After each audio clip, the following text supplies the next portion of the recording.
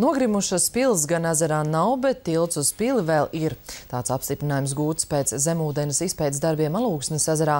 Alūksniešiem gan ziņa, ka ezers glabā senu tiltu, nav jaunums, jo vēl pirms gadiem 10 virs ūdens varēja redzēt dažus tā pāļus, bet nebija apstiprinājumi, kas no tilta ir vēl saglabājies zem ūdens. Un šim nolūkam Alūksnes muzejs palīgos aicināja nirējus. Zemūdens ekspedīcijas darbam līdzi sekoja Vidzemes televīzija.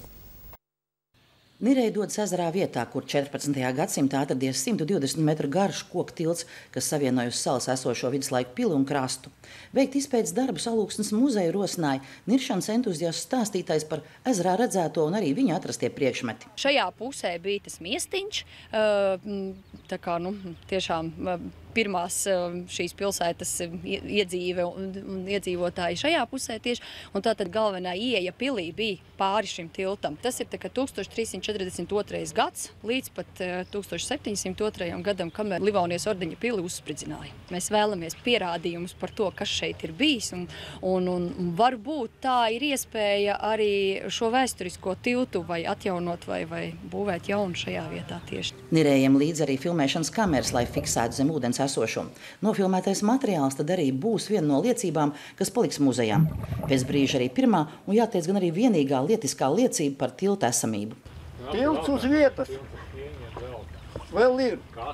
Fragmentu jūs redzēt. Es to paņemu, lai muzejnieki zina, kā, un Alūksne zina, kā ir vēl ir. Ļoti daudz pāļi, kā jau leģenda vēst, viņi aiziet uz saliņu.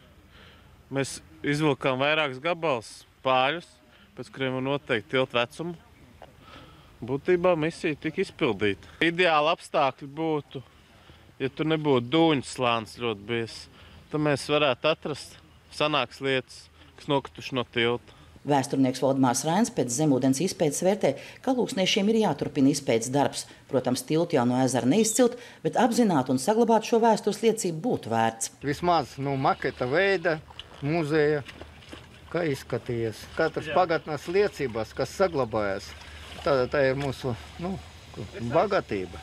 Zemūdens pētnieki arī secina, ka mūsu ezeru un upes glabā vēl ļoti daudz unikālu vēstures liecību, ko visdrīzāk gan izdosies izzināt, attīstoties izpētes tehnoloģijām, un šobrīd jau arī tam trūkst finansējumu.